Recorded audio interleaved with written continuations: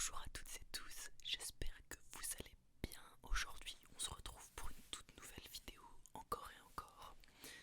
Bon, super, je connais mes nouvelles résolutions et il ne m'aura fallu qu'une semaine pour les décevoir.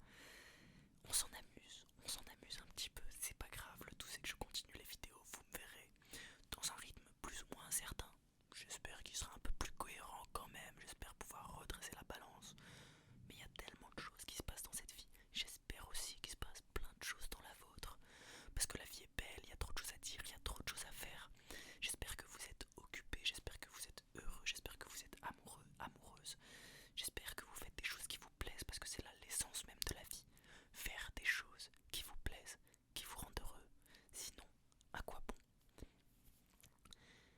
Alors, du coup, on va pas changer d'habitude. On est sur une bonne petite vidéo thread d'horreur, ça change pas. Trois histoires, plus ou moins courtes, dont le but sera de vous endormir, de vous détendre. Et voilà, je pense qu'on va pouvoir partir sur la première histoire. On y go. Celle-ci s'appelle Ce n'était juste pas ma mère.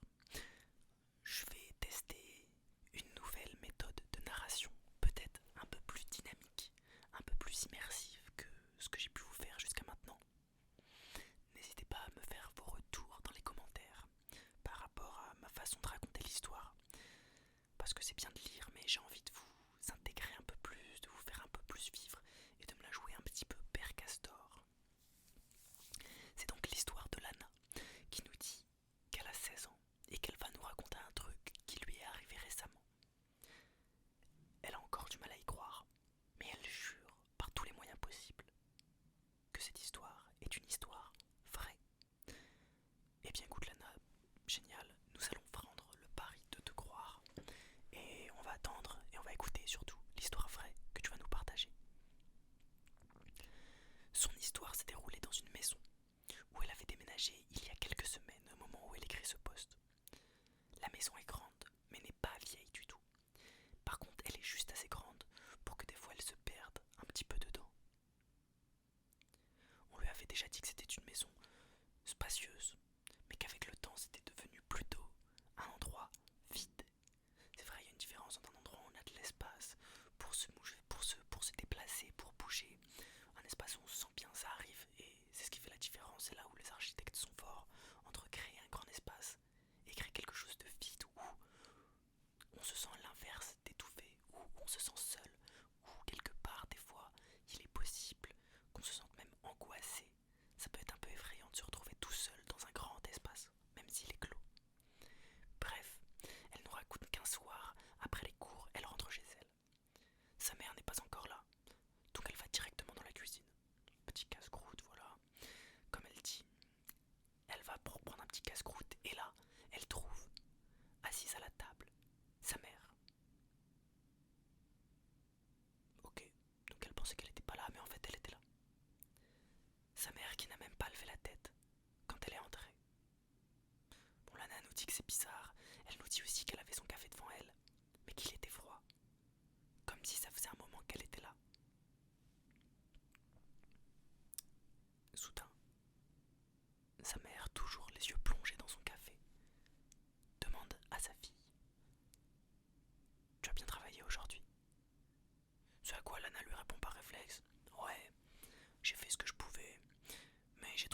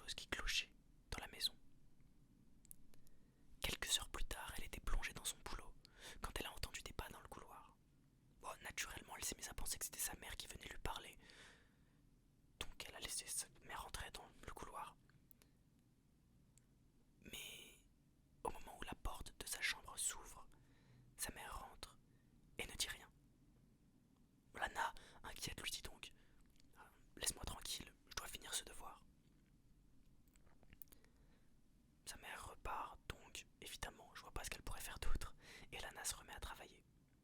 Elle ne relève même pas la tête. Et quelques minutes après, son téléphone vibre. C'est un message de sa maman. Je serai un peu plus longue ce soir. Je dois finir des papiers au bureau. Mais tu verras, il y a du boulot pour toi aussi. Lana se fige.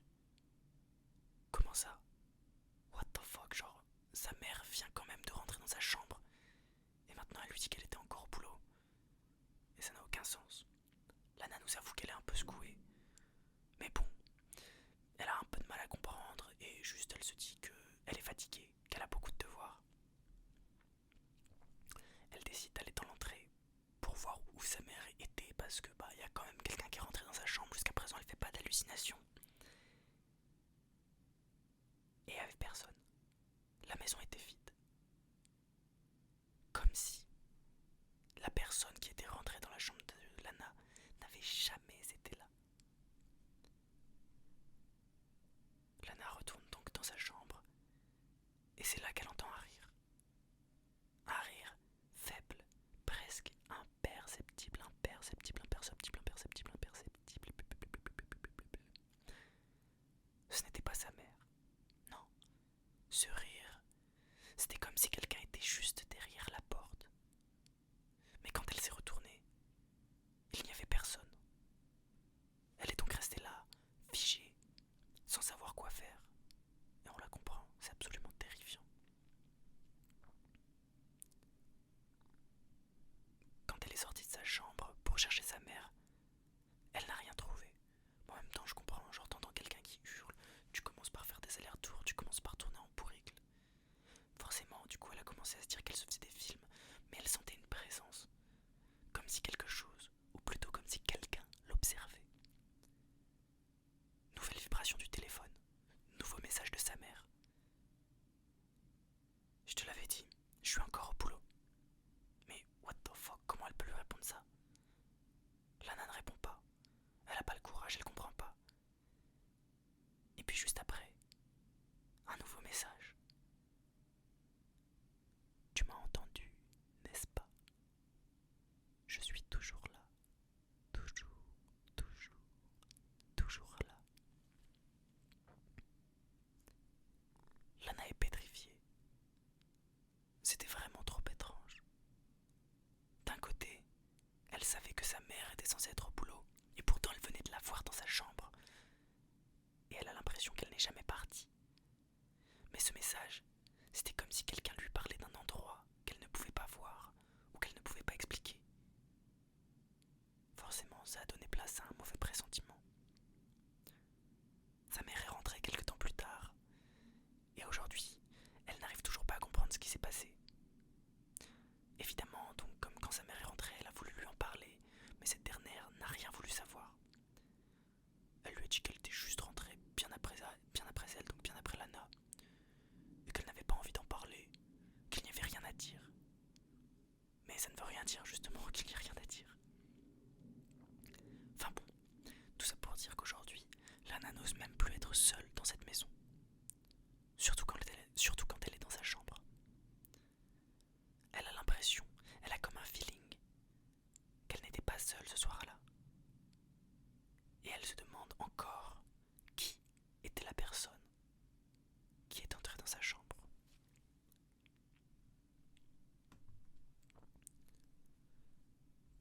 Deuxième histoire qui s'intitule à celui qui a volé notre insouciance et notre tranquillité. Bon, le narrateur nous dit qu'il écrit pour raconter une histoire vraie, qui le hante ou la hante encore. Je pense que c'est qu'il le hante encore, puisqu'il nous écrit juste après que c'est arrivé à sa copine qui s'appelle Manel et lui qui s'appelle Selim, il y a un peu moins d'un an. Et il nous raconte que si ça peut aider quelqu'un à se méfier, à écouter son instinct, alors tant mieux. Cette histoire a donc un but éducatif. Éducatif. Tout a commencé par une nuit banale.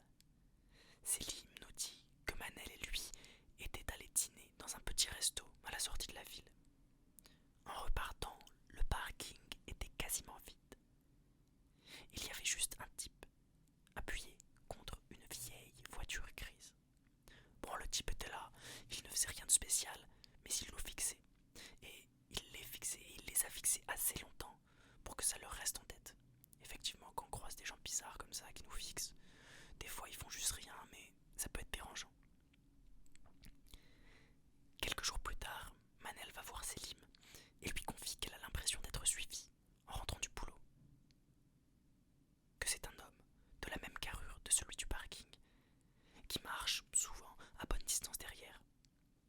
Pas tous les soirs, mais suffisamment pour que elle, ça la pousse à vouloir changer de trajet. L'histoire aurait pu s'arrêter là. On aurait tous pu se dire que c'était juste une coïncidence. Nous les premiers, ça arrive. Jusqu'à ce que la première lettre arrive. Ou mécanisme